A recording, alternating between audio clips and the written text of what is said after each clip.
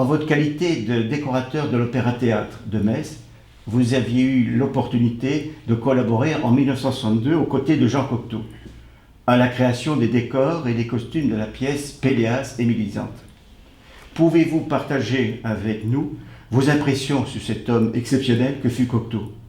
Était-il accessible, agréable, proche des gens, ou bien était-il plutôt distant? Non, pas du tout. Il était très proche, et puis ça l'intéressait beaucoup. Vous vous rappelez du premier contact que vous avez eu avec lui? Parce que c'était déjà, on l'appelait maître, et c'était pas n'importe qui, c'était déjà quelqu'un qui était très connu dans le monde artistique, etc. Oh non, c'était un homme extraordinaire, ça je dois dire que... Puis on s'est bien accordé en plus. On a même fait les cons ensemble. Oui, mais c'est bien, justement. J'avais des souris blanches. Ah oui. Et on s'amusait avec des souris blanches.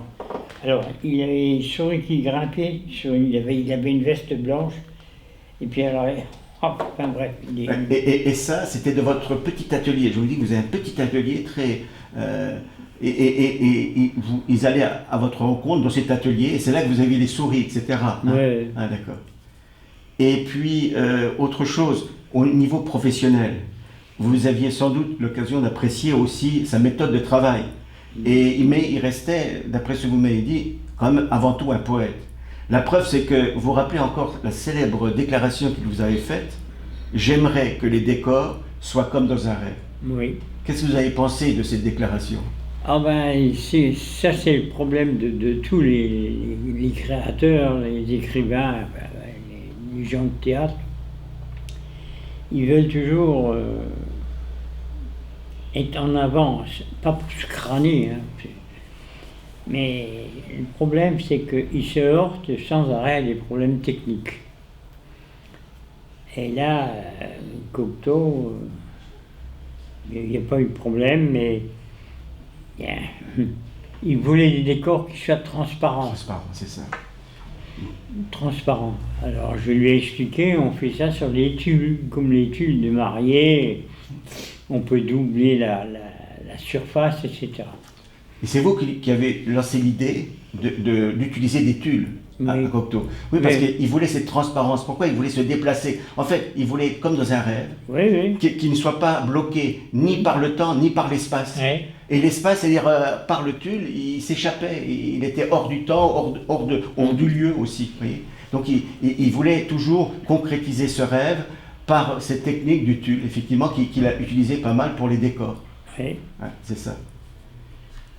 Et après quelques semaines de collaboration, vous l'aviez déjà dit, vous aviez développé avec lui une certaine complicité, voire une réelle amitié. Oui. Vous vous rappelez à un moment donné, lorsqu'il s'est réfugié, entre guillemets, chez vous, pour vous dire « j'ai réussi à me libérer des autres ». Oui. Qu'est-ce qu'il voulait dire par « libérer des autres » ? Ben, parce que les autres, c'était du grappin. C'est tout. Oui, parce qu'il y a plein de gens qui gravitaient autour de lui. Tout le monde se prenait complètement idiot, quoi. Il y a beaucoup de gens qui gravitaient autour de lui pour se valoriser, finalement. Comme c'était une sommité, quelqu'un de célèbre et tout, c'était une façon aussi d'avoir aussi le rayonnement de Cocteau sur eux, c'est ça. Mais il avait une vraie amitié avec vous. La preuve, c'est que lorsqu'il y a eu la première représentation de la pièce, il s'est en quelque sorte réfugié avec vous dans une loge. Pouvez-vous me parler de ces moments que vous avez vécu vraiment en proximité, à côté de ce poète, à côté de Cocteau? Ah ben, il voulait être seul avec moi, et on se regardait, on se parlait dans les miroirs des loges d'artistes. Et puis bon, on a discuté de choses et d'autres, et on entendait en même temps la pièce. Il y avait le retour son pour la pièce. Le retour sur la scène. Son. Son, c'est ça. Il voyait rien, mais il entendait. Oui. Et qu'est-ce que vous avez remarqué sur lui? Il était très attentif.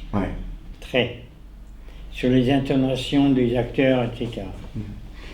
Est-ce que vous avez remarqué aussi qu'il avait une sorte de trac, d'angoisse, d'inquiétude sur son visage? Toujours. C'est ça. Et tout particulièrement cette première représentation. Je sais que vous m'avez dit qu'il transpirait même. Oui. Ah, c'est ça. Oui, oui, oui. Ça, c'est un fait que vous avez pu constater. Quelqu'un qui était quand même très proche de l'œuvre et toujours soucieux de la bonne exécution de l'œuvre et tout.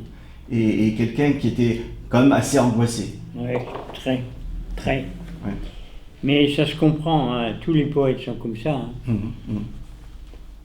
Moi, je suis un poète, mais je fais une chose, mais on ne me voit pas faire. Alors que on les entend dire. Et ça, c'est... Oui, c'est sûr, c'est sûr. C'est l'angoisse des créateurs, des poètes et de tous ceux qui créent des choses et qui se sentent responsables de... Ils ont une autre vision que le voyeur, quoi. Et je comprends cette communion avec Cocteau parce que vous aviez la même fibre artistique tous les deux. Lui, il dessinait, il était dans l'art, et vous étiez comme vous avez fait les beaux-arts, vous étiez peintre et décorateur. Hein. Donc vous avez une sensibilité commune. C'est pour ça qu'il y a des choses qui passaient bien entre vous deux. Oui. Hein. Ce que lui m'a amené, c'était extraordinaire, Monsieur Cocteau. Et ce que moi je lui ai amené, petit con de Grisemer. Non, vous lui avez apporté beaucoup, la technique. La technique, parce que vous étiez quand même, connaissiez quand même monter les spectacles et tout, les décors et tout ça, c'est pas évident. Alors que lui, il a des idées peut-être intéressantes, mais la mise en pratique, c'était quand même grâce à vous. Oui. Il n'était pas décorateur. Hein. Oui, parce que quand il voulait que les décors soient comme un rêve, quoi, comme un rêve, c'est ça. J'ai utilisé des tubes. Ce qui permettait, ça faisait une transparence. Tout à fait. Oui, c'est ça. Et ça l'avait beaucoup intéressé. Oui, c'est ce qu'il recherchait justement. Il recherchait quelque chose qui on ne soit pas bloqué dans l'espace, qu'on aille vraiment très loin, des visions vraiment très éloignées. Poète, hein. C'est ça, c'est ça. Et ça concrétisait bien le rêve qu'il voulait réaliser à travers ses décors. C'est le tulle qui lui permettait. Des grands moments, pour moi, c'était des grands moments. Et une image que vous aviez de lui, c'est qu'il allait avec tous les membres du conseil municipal, il y a beaucoup de gens qui le suivaient, vous l'attendiez à l'Opéra Théâtre, et vous voyez une longue queue qui partait de, je crois que c'était à l'époque le restaurant, la ville de Lyon. La ville de Lyon. Et vous voyez toute une kyrielle de gens, une sorte de procession. Ils sortaient de la ville de Lyon avec Cocteau en tête pour aller jusqu'à l'Opéra Théâtre. Vous avez encore tout le monde mettait le grappin sur lui, quoi. C'est ça, c'est ça. Même des connards. Oui, mais ça c'est comme partout, hein, vous savez.